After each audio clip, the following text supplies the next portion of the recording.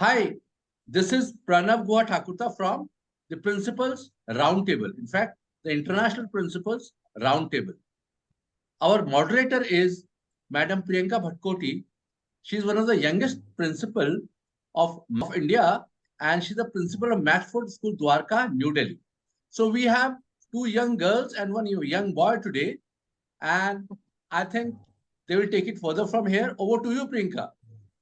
Yes, thank you so much, Pranav sir, and thank you EDU TV for such progressive programs where the best practices in education can be shared. Yes, it's our privilege to have amongst us two major luminaries, Dr. Manila Caravello and Dr. Pramod Mahajan, extremely experienced educationists out here, and our discussions today are going to focus on how to make passive learners focus, be very attentive and become engaged learners in the classroom. Yes, now we welcome the inputs from Dr. Pramod Mahajan. Sir, with your huge degree of experience, your thoughts and strategies that you've seen work in the classrooms. See, according to me, there is no such term of passive learners. Only to hide our incompetence, we are labeling the students that he is an active learner and he is a passive learner. All the students are equally good. If you are not able to challenge them, they will become reluctant and they will become passive learner. It is not a fault with the student, it is the fault with the teacher. Now, up to what extent you are challenging the student, that depends on your creativity and on your pedagogies and on your resources and on your tactics and strategies. If you fail to challenge them, everyone will become passive. So engagement is directly proportional to up to what degree of challenges you are creating among the student. And for that, trust me, first the teacher has to get challenged herself. What new I am doing today in my class? Yes. And that is called experience or experienced teacher. Yes. See, John Hattie, in his book, Visible Learning, he has, divided teachers into three categories. Not only the teacher. When I say teacher, it means leaders also, edu leaders also. One is a experienced teacher. Yes. Another one is a expert teacher, and the third one is a passionate teacher. Trust me, when he has done the survey, I was a part of that actually during my visit to Cambridge University, London. Maximum experienced teachers create reluctant and passive learners in her class or in his class. The reason behind that, they think they are the final full stop after them. They know each and everything, and whatever they are imparting to the child has to follow that. And in that process, they teach for 1 year, or rather than they commit some mistakes for 1 year and 2 years, and they repeat the same for another 18 years, and they say, we are 20 years of experience. So from that point of angle, the reluctantness and the passive learner and the disagreement and the going out of the way, that happens. Otherwise, every child is born with initial intelligence. To retain that thing is our responsibility. At the same time, Professor Sugata Mitra says, minimum intervention in the learning process brings the maximum learning outcomes. Integrate yourself. The experienced teachers only and only speaks more and intervene the student's learning process. That is one thing. This is not my analysis. This is John Hattie's analysis, which world has accepted. Second one is the expert teacher. The expert teacher is that teacher who find out fault within himself or herself. What went wrong today and how to improve upon that.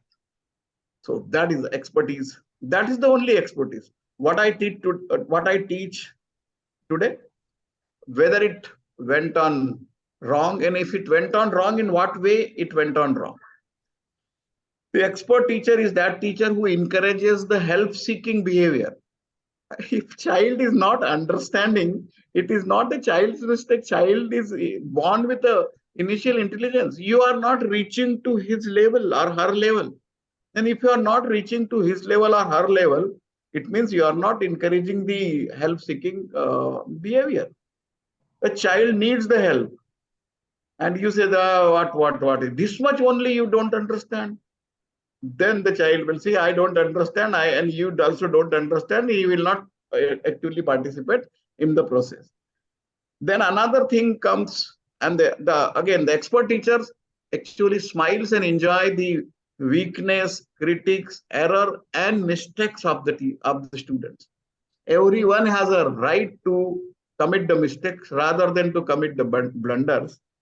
But no one has a right to repeat the same mistakes or same blunders. So the expertise, the expert teacher welcome the mistakes of the students. They have empathy with the students if they are committing mistakes, and they ensure that the same type of mistake they should not repeat again. If you do that thing, by default, the students will be challenged and they will be engaged. Dr. Pramod, I'd really like to one thing, what you spoke, like we commit mistake for 20 years, then we say, I've got experience of 20 years. That's a wonderful thing you said. Yes, over to you, Priyanka.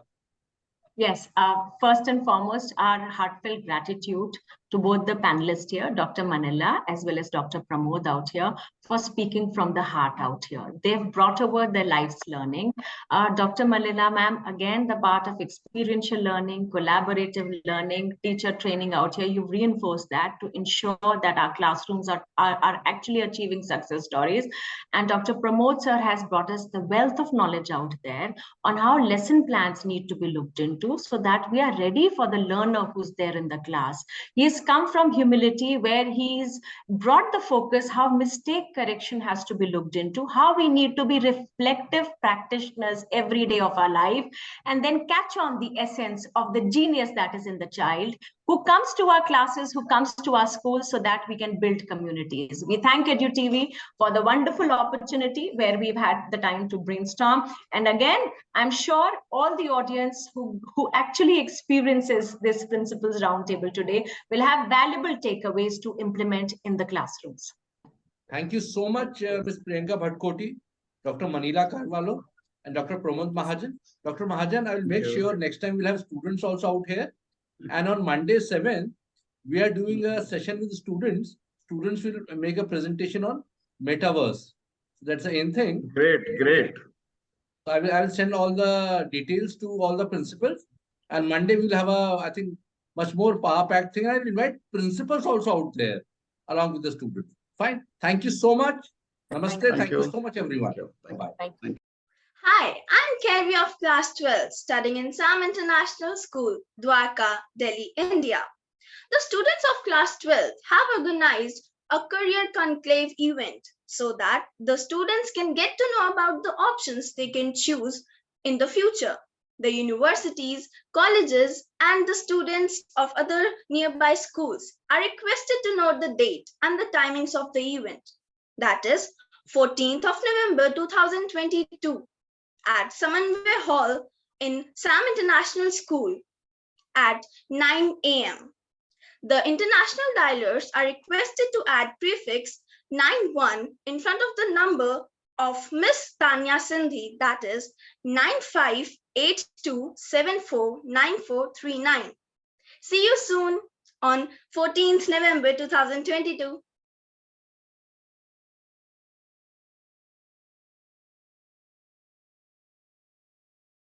Just 5 months to go, and then our board exams will be over. But then what? उसके बाद क्या करना है? I'm sure you must be having a dream college in mind, but don't know how to apply for it.